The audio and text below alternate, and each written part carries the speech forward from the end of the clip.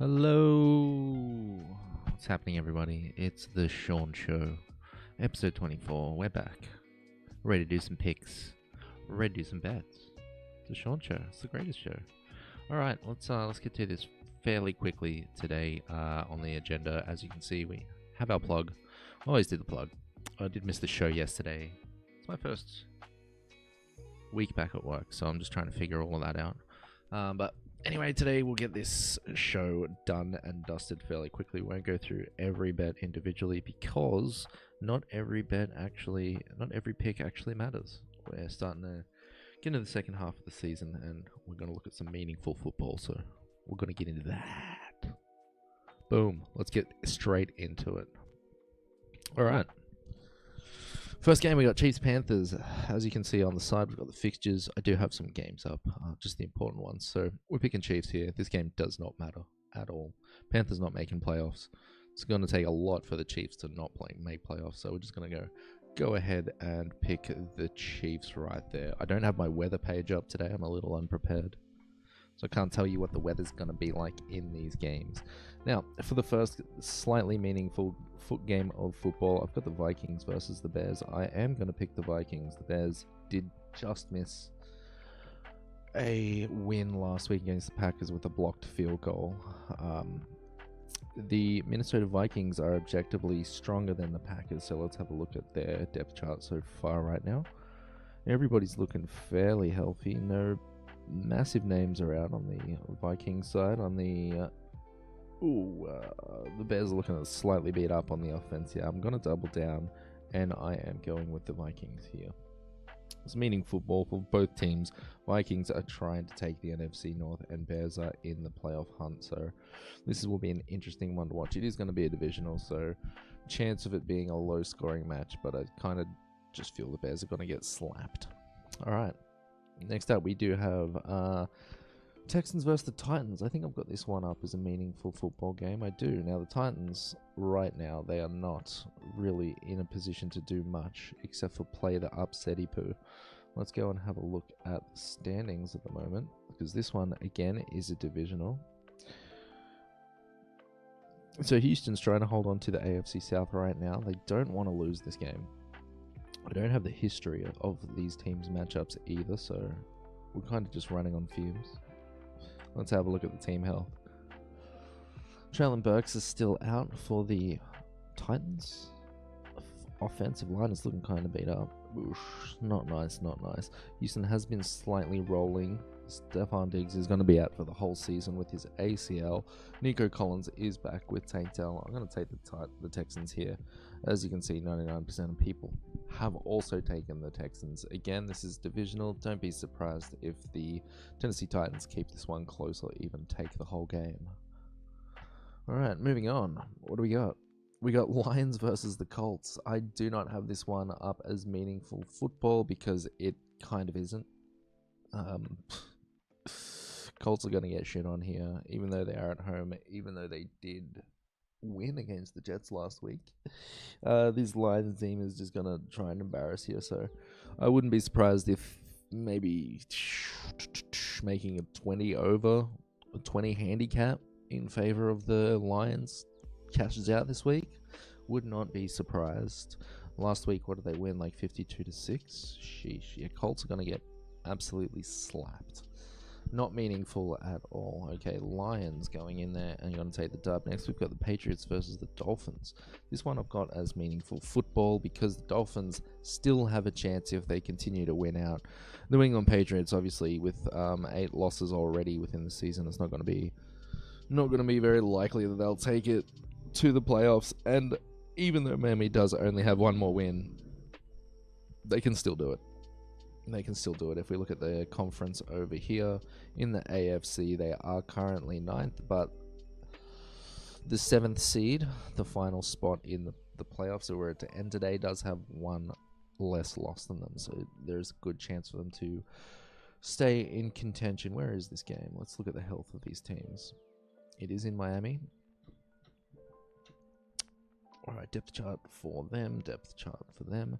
New England is looking healthy. Drake May is coming into his own as well. The defense is busted up. Shit. Miami side. Tal Huntley, Washington, Berrios, Dubois. Nah, this is a Dolphins game. Dolphins at home. You're going to take the W. I think Drake May is maybe from Florida or something. So if it is a hot game, I don't think it will be this time of the year. But if it is, he won't falter. Either way, Dolphins all day. Meaning football really starts to kick in. Bucks Giants. Now this one I did put down as meaningful football simply because the Bucks need to win out to make the playoffs, and we've looked at their schedule a couple of times on the show, and if they do win out, they have a very good chance of making the playoffs, and their schedule is insanely weak, so they've got a great chance to do it. Mike Evans is back this week. The Giants released Daniel Jones today. We've been talking about it on the channel. He's just been, he seems like he's been the problem for the team. When you watch a game, I can't tell you much about coaching. I can't tell you much about head office and all of that. But when you watch the Giants play football, everything seems to work except for Daniel Jones, unless he's running the ball. But he's paid to throw the ball, and they paid him a lot. Anyway, they released him. Tommy DeVito has been coming in as the favorite for the New York Giants. Now, this guy is a bit of a hometown favorite. Anytime he's come in, I do believe he has stunned everybody with his... Look at this guy. Look at that fucking grin. All right, what do we got here? So he won most of the game. No, wait. I guess last season he went 4-5. Which is a lot better than what the Giants are currently on, 2-8. So they do have a better chance to win with him. Did beat the Philadelphia Eagles last year. Shit. Oh no, he only had... whatever. Either way. Meaningful football. I'm going to go with the Bucks just because they have to win out. Mike Evans is back, as we saw here. It says he's questionable, but he's back. Once Godwin gets back, their offense will just start getting a whole lot more firepower on there. But we're going to go with the Buccaneers. I wouldn't be surprised if Giants take this one, though. This could be part of an upsetty betty if you are into that life, which I generally am, but I haven't been doing them lately. All right, next game. Oh, punching through this fairly well. All right, Cowboys, Commanders. This is not meaningful football. This is going to be an absolute thrashing. Again, you could take the Commanders at like minus 18 points. They're going to probably cover it. This Cowboys team has been an absolute shit show. I'm not a big fan of Cooper Rush. While he does sling it, and while he did ruin our Millie bet last week, or our alternate bet, he's just not great. And this Cowboys team is even fucking worse. So let's go Commanders. Next up, we've got Broncos Raiders. This one I do have as meaningful football. As you can see here, it is a divisional game, and as we saw, the Broncos right now are, I believe they're maybe second in their division. Where are they? Oh, they're actually third. That's right, behind the Chargers. This one is huge for them because, as we saw before, they are in the current 7th seed, which means if the season did end today, they would be in the playoffs. So let's just have a look at this health. I didn't look up the history of these guys. I wouldn't be surprised if this is an extremely low scoring affair, just because both teams' defenses do shine here and their offenses. I mean, the Broncos' offense has been picking up as of late, but Las Vegas, don't really see Minch putting up 28 points on this team. I don't see him putting up 21 points, but I am going to pick the Denver Broncos here before we even look at the rosters. The Broncos are very healthy. Cortland Sutton and Javonte Williams is also in on Las Vegas Raiders side. We've got Gardner Minch is playing, Jacoby Myers, Trey Tucker, DJ Turner, and Brock Bowers is healthy. Brock Bowers he's probably going to have to lean a lot on Brock Bowers this game, and also Michael Mayer if they're going to run the 2 tight end sets. This defense is absolutely fucking huge. I would not be throwing it to my receivers. Handing off the ball is going to be a bit rough for them as well. I mean, already they're doubtful. You got 2 guys who are doubtful right here. Max Crosby's healthy. That's always good. Gonna give Bo Nix a bit of a hard time. But I'm still gonna go the Broncos here. I don't know what the handicap is, but I wouldn't be surprised if it's only like 3. Something like that. A favor to the Broncos. Moving on, we do have Packers versus the Niners. This game, I'm gonna take the Niners. The Packers they just haven't been looking quite up to their standard. This is meaningful football for both teams. Don't know how many times I've said that already. Packers do have the better record at the moment, but the San Francisco Niners have been out of a Christian McCaffrey for the majority of the season, and he did just get back, I think, last week. Brock Purdy's out. Shoulder ruled out. Alright, we're going with the Pack. Yikes. I did not know that. Alright, well, Brock Purdy's out. Who they got behind him? Brandon Allen and Joshua Dobbs. Woof. Woof. I mean, I wouldn't be surprised if the Niners do take this game. Packers, they're probably going to take a lot of penalty yardage. They're probably going to shoot themselves in the foot and lose themselves the game, which is unfortunate because 7-3 is a very nice record to hold on to, but this is very important for both teams. Very, very important. How are the Niners doing in their little division over there? I believe this is the most competitive division in football at the moment. They are last, but what does last mean when you've got 3 teams on the same record?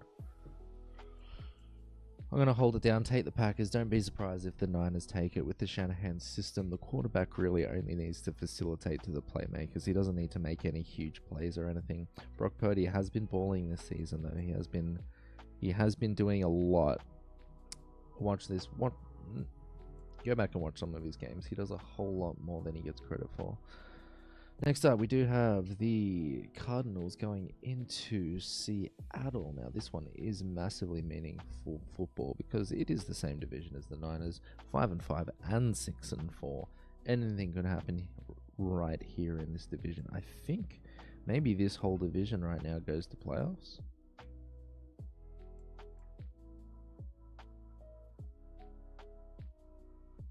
Cardinals, Rams, Seahawks, not right now, not yet, but it is a very real possibility for this particular division.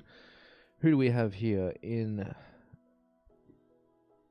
the depth chart? I think I've got this game in my Millie bet, and I have both quarterbacks to throw 3 touchdowns, so that's a bit of a stretch. I did make it in a quick rush. Alright, Cardinals are very, very healthy. Seattle is also very, very healthy. This is going to be a good game. I take the over on this game. This is going to be a massive shootout. DK Metcalf is back, 1 game removed from his injury. I'll take, whenever you're in Seattle, you got to remember the 12th man. That Seattle stadium is supposedly extremely loud. I'm going to go with Seattle here. Probably a bad bet, but this is going to be a really fucking good game to watch. I'd watch this game. What time is this game? I don't know. 7:25 a.m. for me. I'll definitely be watching this game. That's going to be an absolute fucking banger. Alright, and then we have the final game for Sunday right now, which is Eagles-Rams. Again, meaningful football for both teams. This is probably the last time that I say it. We've got Ravens-Chargers on the Monday Night Football. Again, that's meaningful football. Need to put up a ticker. That's what my picks are going to be, at least. I'm going to go with the Eagles. They are riding strong right now. The Rams also have a lot to, the Rams are in that same division, the NFC West, where you've got the 5 wins all across the board. They're super healthy right now. They're going to want to win this game. The Eagles are looking good. And they've solidified themselves with their win over Washington last week. But they still need to keep on rolling because the Washington's definitely going to get a win this week against the Cowboys. So they're not going to be slacking. They'll probably want to try and shut these guys down. I'm going to go with everybody and say the Eagles here. Simple. Again, I did not get to look too deep into the stats this week. So some of these picks might be slightly off, but that's just the feeling that I get from from checking out the depth charts. Okay, let us get back to the agenda at the moment. Last thing we need to do is go over our NFL Week 12 bets. Let's get that up real quick. I might do another extra bet like I did last week. I thought that was kind of fun. Put it up in a community post so you guys can check it out without having to watch the video. But here we go. Here's our weekly parlay, our weekly 9-leg parlay. If this one fails, I might need to consider bringing it down to a 7-leg. We need to get some success over here. So we have Minnesota versus going into Chicago. I've got Minnesota money line. Tampa Bay at the New York Giants. I've got the over of 41.5. Now that seems like a bit, but you know that Tampa's going to at least score 20, and with DeVito out there, I'm assuming they're going to probably score about 20 as well. Yeah, I know the Giants defense is good. I know the Tampa defense is good, but I think there's going to be quite a few points scored in this game. Next up, we have New England versus Miami. I've got Miami money line right there. Detroit going into Indianapolis. We have the over, the 50-point over right there. Detroit can do it by themselves if they feel like it. Dallas versus Washington. We've got Washington favored at 10.5 points. Kansas City going into Carolina. We just took the Kansas City money line there. We're not fucking around with the handicap on that one. Denver at Las Vegas. We've just taken Denver money line. Again, this is divisional game. Don't be surprised if Las Vegas wins this one. With it being divisional, we are not fucking around with the handicap at all. Next up, we have Arizona at Seattle, the over of 47.5 right there. I feel like that's going to be a bit of a shootout. And then we do have Philadelphia going into LA to beat the Rams. So Philadelphia money line. Again, don't be surprised if the Rams make that one extremely close or even take it. That's why I'm not messing with the handicap this week. I did want to have a quick word about the Browns versus Steelers. That was a fucking amazing game. With the snow coming down, it was pretty magical. Winston was just playing ball like he was in the backyard playing with his boys. It was a really good game to watch. Sorry if you missed it. But Browns did take it. Not many people expecting that one. I think the Browns has an amazing record against the Steelers. I can't really... don't quote me on that. But it was a great game to watch nonetheless. Next up, we have our $1 million parlay. So this week is a bit of a stretch. I made this one extremely quick. There are a couple of things in here that I don't particularly like, but we're going to roll with it anyway. We've got Kalen Williams throwing an interception against Minnesota. Minnesota, I believe, has probably got the highest interceptions in the league, maybe the most takeaways. So there's a good chance Caleb is going to throw the interception. He did not throw one last week against Green Bay. They do have a new offensive coordinator, so maybe he's just keeping things a little bit safer. Next up, we do have Tommy DeVito throwing 2 passing touchdowns against Tampa Bay. I don't even see this as a stretch, honestly. I think this one should probably happen. Baker Mayfield throwing 3 touchdowns, I feel like, is more of a stretch on the Giants' defense, just because it has been fairly stout. But every time I say defense is stout, they get shit on. So this Giants defense is stout as shit. Next, we have Tyreek Hill grabbing 1 touchdown against New England. We have Ramondre Stevenson in that same game picking up a touchdown. Then we go over to Detroit, Indianapolis. I've got Jared Goff throwing 3 touchdowns at least.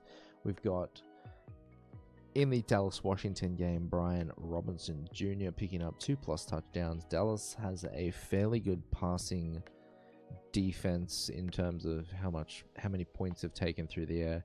They have taken the majority of their touchdowns on the ground, which is why I've given him 2+. Next up, we've got Bo Nix throwing 2 touchdowns at least against Las Vegas. You know, it's probably going to happen. He's probably going to collect one himself and not throw any. But that's just what happens with the Bo Nix and our Millie bet. Who knows what's going to happen? Anything can happen. That's why football's so great. And live sports. Anyway, next we go over to Arizona and Seattle. I've got both quarterbacks, Geno Smith and Kyler Murray, both throwing 3 touchdowns. I know that feels like a bit of a stretch. Both of these quarterbacks can do it. this is probably going to be a shootout game as well, and I wouldn't be surprised if the last quarter has the majority of the points scored in the game. So keep an eye out for that one. I'd watch that game. I would watch that game. That's going to be a very, very good one. Meaningful football as well. Really meaningful in that division.